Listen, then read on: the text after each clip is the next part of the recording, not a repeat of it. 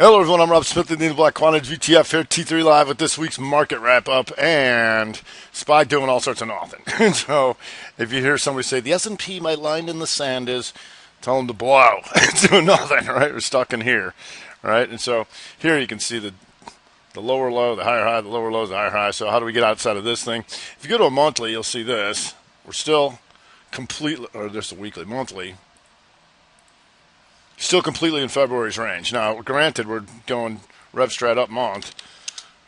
The inside, then come back into there. The inside's a 1, 2 is taking out one side and 2 back up. Fighting for that, but you're still all in this thing. So really, as you've seen, like on the weekly chart, this week doing nothing, right? So the question is, which side of this week do we take out next week? If we start running up into here, or do we start reversing back through there? We'll just let it tell us. And so we got a lot of earnings for coming out next week of retailers. So like we've been doing during earnings season, you watch that stuff and leave the stuff that's doing nothing alone. QQQ.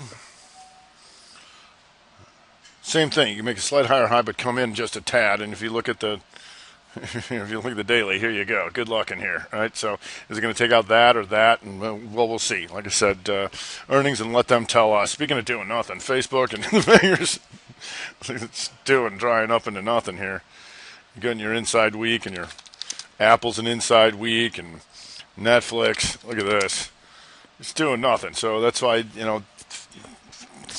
call it off. Like last night, have an outside day, and usually I put that in my videos, but I was like, it's doing nothing. I don't even want to be involved in something this tight. Let it move. And if you can see even Amazon drying up here. If you look at the daily, look at this. It's doing nothing. So that's why you want to stay away from that stuff. So we did have some movers like, look, when you get almost Bank of America. Here's your Bank of America broadening formation. You even got the Bank of America to start moving. Lower low, higher high, lower low, higher high. Inside day, you can see the inside day calls the low and the high here so far in Bank of America as it drops in. So there was something to do there. Anyway, the standout, small cappers going to the highs, new highs. So if you're going to be trading the broader averages, that's your winner. And there you go, going into new highs. You can see the difference on the bright green month. They're going into the highs. It's still a little sleepy on the day today, but, it's going to be the beneficiary of a lot of Earls. And the oil's been moving up, especially those refiners, and PSX and Valero, and it's still cranking.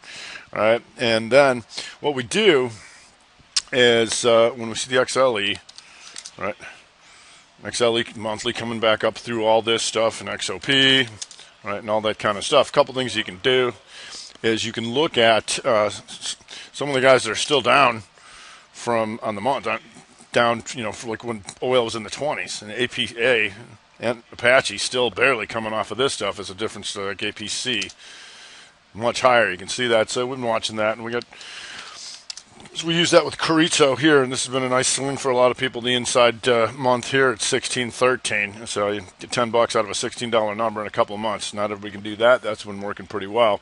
The other thing that we look for is the macro stuff, and I make a macro video, and I usually post it on my YouTube once a month, Smiths in the Black, all one word, because I like to be generous and I want you to see this stuff. And so the reason to do that is because not only are we watching the shorter term chart, so when you see somebody post like one time frame, like a daily chart, and what they think of whatever they think they see, the problem with that is it's incomplete work. You want to look at least 4 time frames. And so for the macro stuff, the really long stuff, we look at yearly and quarterly charts before we even break it down to the monthly.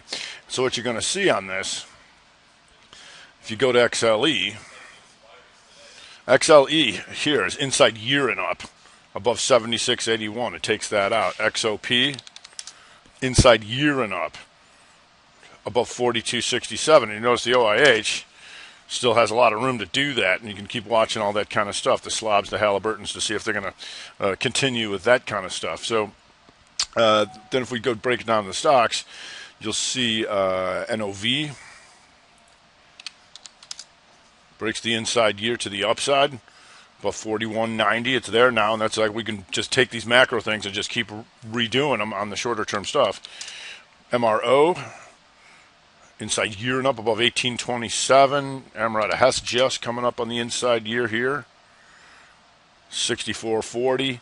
WPX here above 1544. Nice percentage gain there. And CLR we've known for a while. That's inside year to the upside above 53.57, trading 67. So that's some of the things you can use for the old swingers and to know what the macro signals really are, as opposed to somebody, making up a long daily chart to tell you what a macro was. Anyway, for today, and SPY dried up.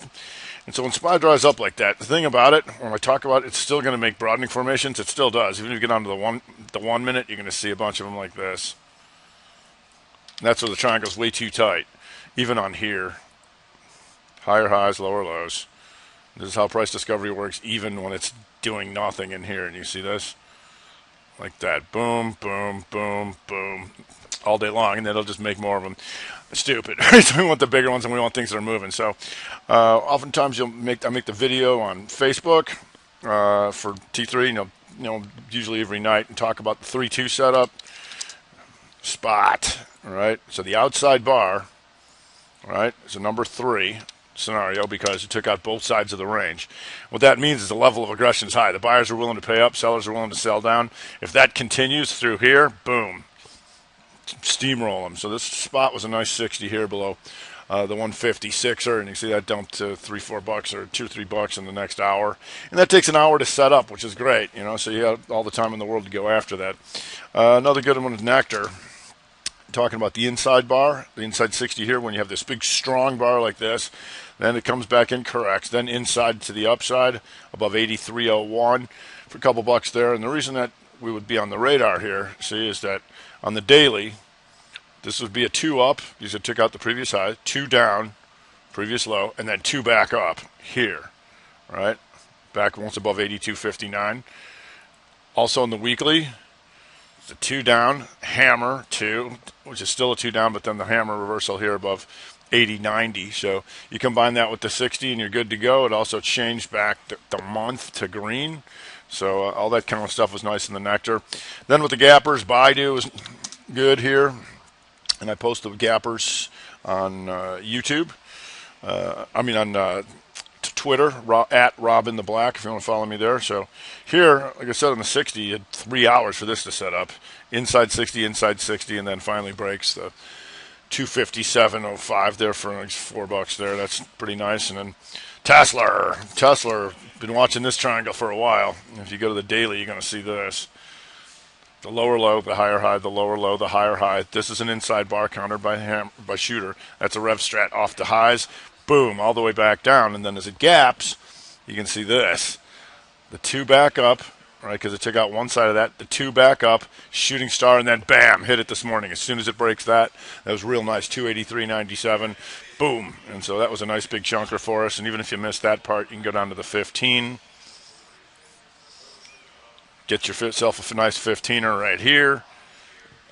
279.70, still some meat on them bones there for another $3-4. So that was real nice too. And one of the ways you can look at these triangles and why the 3 is important, the outside bar, because it tells us that we have a broadening formation, which gives us the magnitude. So if you go to the weekly Tesla, what you're going to see here, outside weak, all right, then shooting star, the 3-2-2 setup. So when we take this out, as long as this thing's 2 down, we're looking to take this out.